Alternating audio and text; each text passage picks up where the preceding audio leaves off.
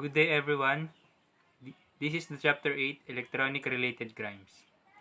This chapter will talk about the use of electronic gadgets or technology in committing a crime. So, computer crime development. Computer forensic is used in many areas. Ginagamit ito in the civil law for discrimination and harassment cases. Maaari din sa insurance companies for workman's compensation cases. Maaari din sa corporations for the trade secret misappropriations. At in criminal law mostly for drug and embezzlement record keeping and child pornography as mentioned previously. This is a loosely related developing specialty area. It is most closely related to typewriting comparison. A computer forensic expert will have experience on a wide variety of hardware and software. Unlike paper evidence, computer evidence exists in many forms with earlier alternate and backup versions of each, and every file somewhere on the hard drive and frequently unknown to the user. So, may mga process sa pag-examine ng suspect computer system. At ito ay mga sumusunod. Secure or protect the system from further use, damage, or corruption. So, siguraduhin yang hindi mawawala o madadamage or makukurap yung nilalaman ng system kasi maaaring mawala yung mga information na kinakailangan natin. Sunod ay discover all files including hidden and encrypted one. So, hanapin natin yung mga nakatago na files. Sunod, recover all deleted files. So, i-recover natin yung mga dinelete na files kasi maaaring nandun yung hinahanap natin. Next, reveal all hidden, temporary, and soft files.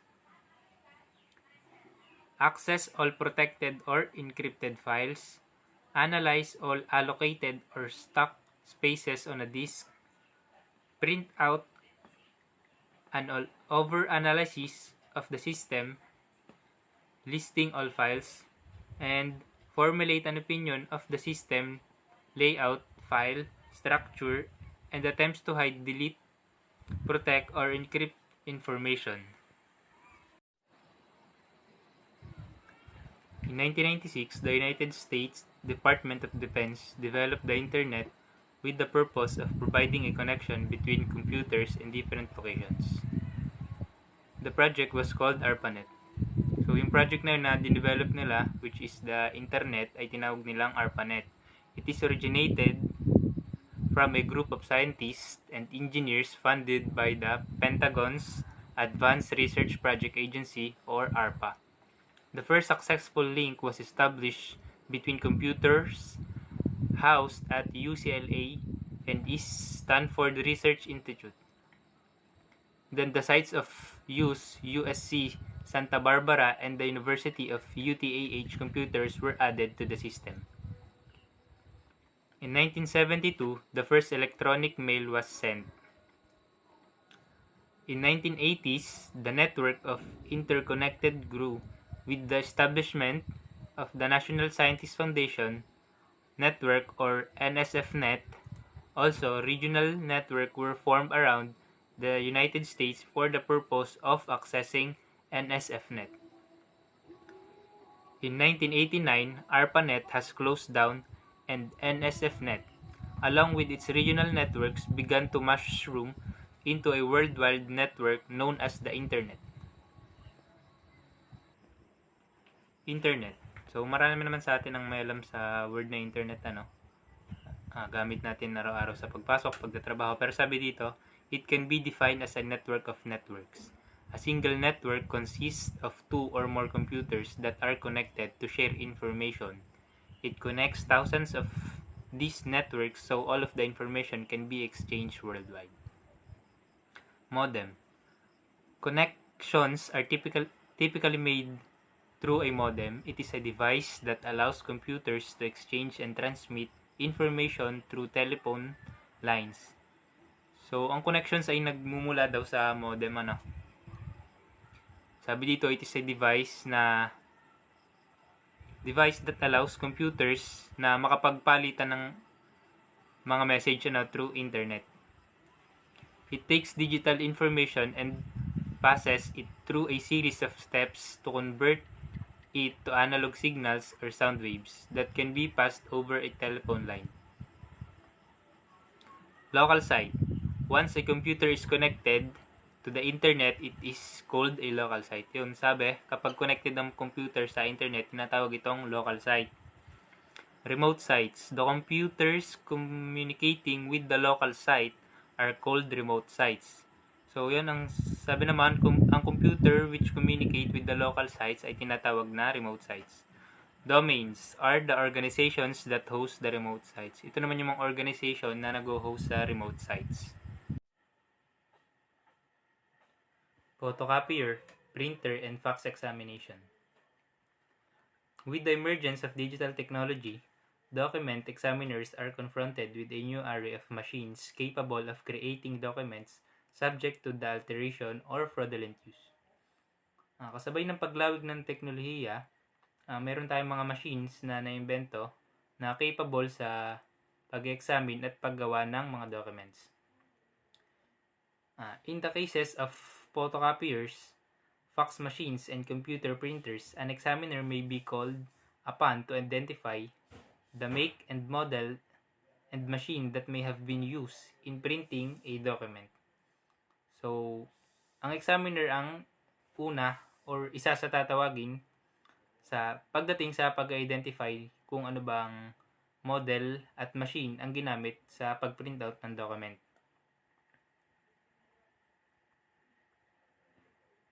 The examiner may be called upon to compare a questioned document with the test samples printed from a suspect machine.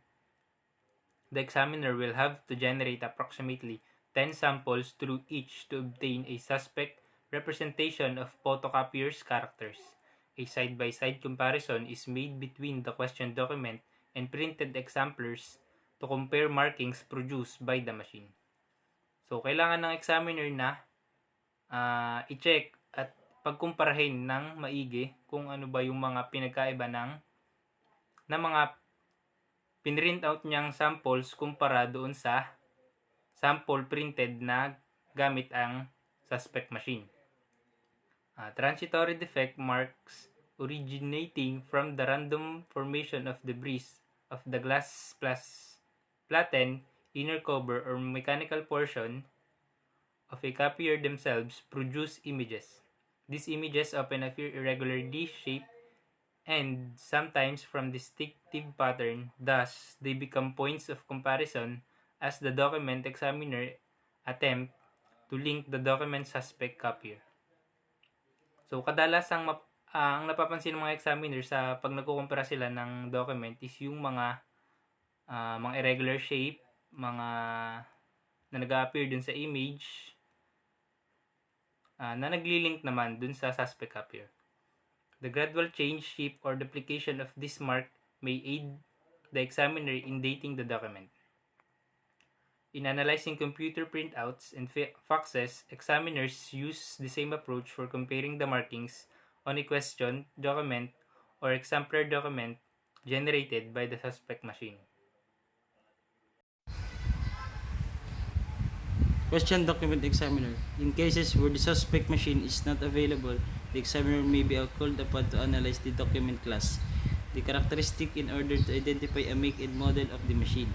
It is important to identify the printing technology, the type of paper, the type of toner of ink used, the chemical composition of the toner, and the type of toner, the paper fusing methods used in producing the document. This result separate model types into the categories based on their mechanical and printing characteristic. Document examiner access database to help identify the model type of machine used to prepare of a question document.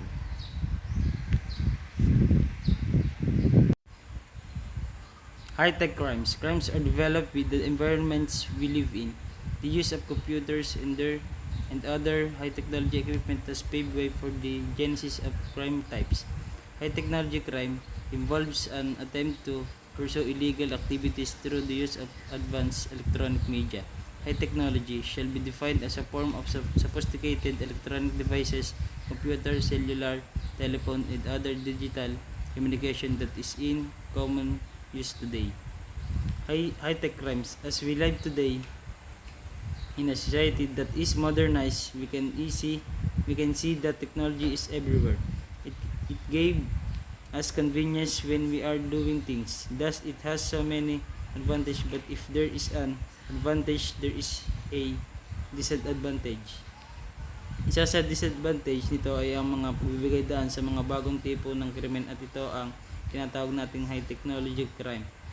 This involves those crimes that are done or pursued illegal through the use of technology, such as the computers, phones, and yung iba pang nagagamit natin sa pagkipagkomunikasyon. Characteristic of high-tech crimes. Type of property. Criminals to engage in high-tech crimes no longer need actual direct contact with their victims. Computers equipped with modern offenders used to victimize people thousands miles away. The type of property that is stolen or affected is also very different in nature, while other crimes are arson, vandalism, theft, and burglary.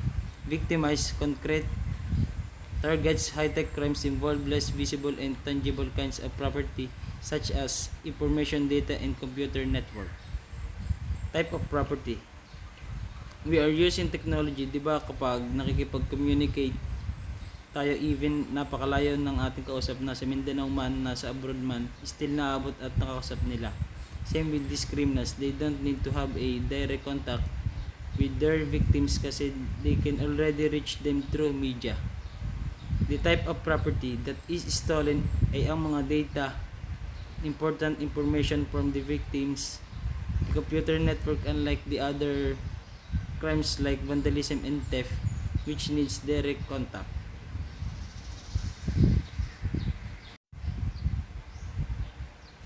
Profits of crime. The profits from high-tech crimes are of great extent. The rise in the incident of a computer crime, for example, it is a testament to its efficacy and the profit made. According to the British Banking Associate in London, the cost of computer worldwide is about 8 billion a year. Because the increasing sophistication of equipment, computer hackers are able to steal greater amount with ease, and sometimes a single act can victimize multiple people or places at once. Profits of crime. Mas malaki ang nakukuha o nagiging profit ng mga criminals tulad ng nalang sa mga bangko. Makapagnakaw sila ng mas malaki amount through hacking, unlike sa mga namamasok na magnanakaw na may mas malaking tsansa na mahuli sa akto. So through the use of these advanced equipments, they cannot victimize people one at a time, but with this, they are able to victimize multiple people or places at once. Detection. Some individuals are attracted to high-tech crimes because they find evading detection prosecution relatively easy. Few law enforcement agencies are equipped to detect the high-tech crimes occurring within their jurisdiction.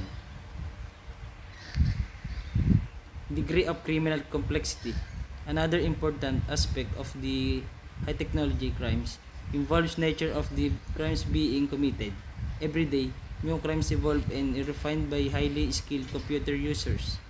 Traditional law enforcement techniques are not designed to deal with such novel complex crime. Degree of criminal complexity. Another aspect of these high-tech crimes is the nature of the crime that is being pursued. Araw-araw may iba't ibang klase ng kaso ang lumalabas, and this involves those criminals who knows all about hacking and all about computers. So it is stated that those old or those traditional law enforcement can be used with such crimes. Therefore, it seeks never solution. International component. Phone companies and computer network system often advertise that using their services will allow individuals to communicate with people located at the other end of the globe. High-tech crimes can easily go beyond national boundaries, making them transnational crimes. types of crime. High-tech criminals have also created their own crime types. While some seek same and as more traditional property offender, financial again, modern technology allows for novel and totally new crimes. There are two types of computer network break-ins. Number one, hacking. It is not practiced as criminal again and can be therefore be considered more mischievous than malicious. Hackers, for the most part, seek entry into a computer system and snoop around, often leaving no sign of entry. Number two, the second type of break-in is the one done for illegal purposes. A criminal might break into a large credit card company to steal cards numbers, or into a network to steal data or sensitive information. Other criminal acts includes computer vandalism, whereby individuals break into a system, alter its operating structure, delete important files, change password, or plant viruses that can destroy operating system software, program, and data. And daw po,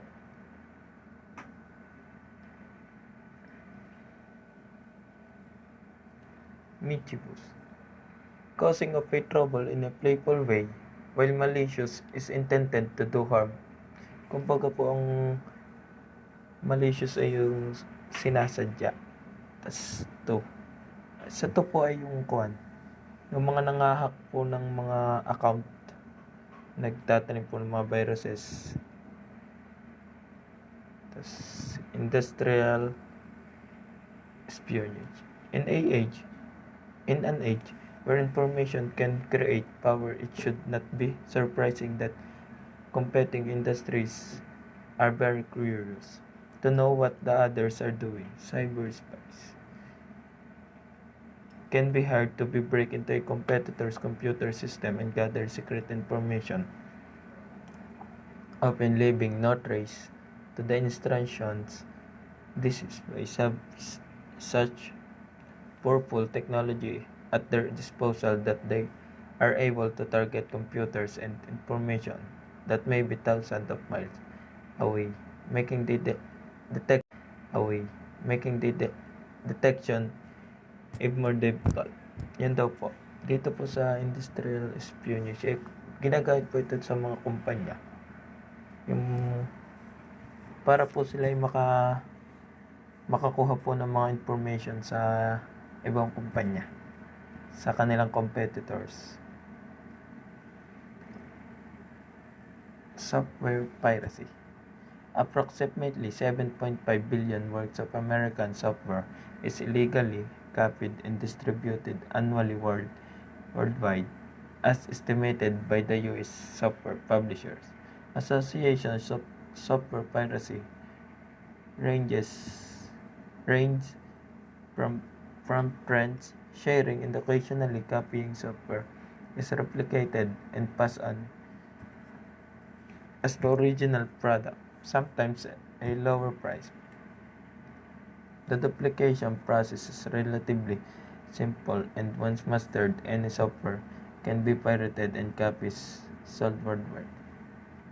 The advent of the compact disc and the digital video disc also make casual software piracy very difficult, since few people have the technology to duplicate it. Yun daw po, tulad na lang po dito sa atin sa Pilipinas. Sa mga sinihan po, bawal pong mag-video. Tapos yung pong yun na lang po sa sabong, sa talpak. Dami pong nagnanakaw ng video para uli ipanood po sa iba. Tas dami pong nagnanakaw ng video para uli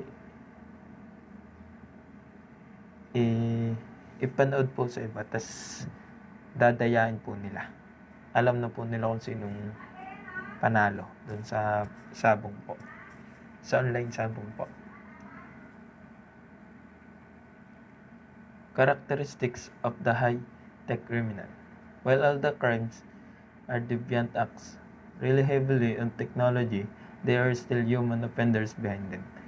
It is true that modern technology is so widespread that virtually anyone is capable of high-tech crime, but it also remains a fact that most high-tech offenders, especially computer hackers, fit, fit a rather unique profile when a new global technology meets old local law. Development in technology often outpace the ability of the law to keep up. While technology rapidly creates opportunities for activities society seeks to classify as deviant, the law is often ill-equipped to address these issues. The resulting zeal on the part of legislatures to pass laws often raises civil rights issues, such, such as the protection of the right of privacy, free speech, and freedom of association. This conflict is illustrated by the stories of Jake Baker and Dave LaMancha. Ano po? Sa sobrang high-tech daw po ng technology ngayon, madami pong hackers pa rin na nakakalusot, lalo na kapag mga sanay sila.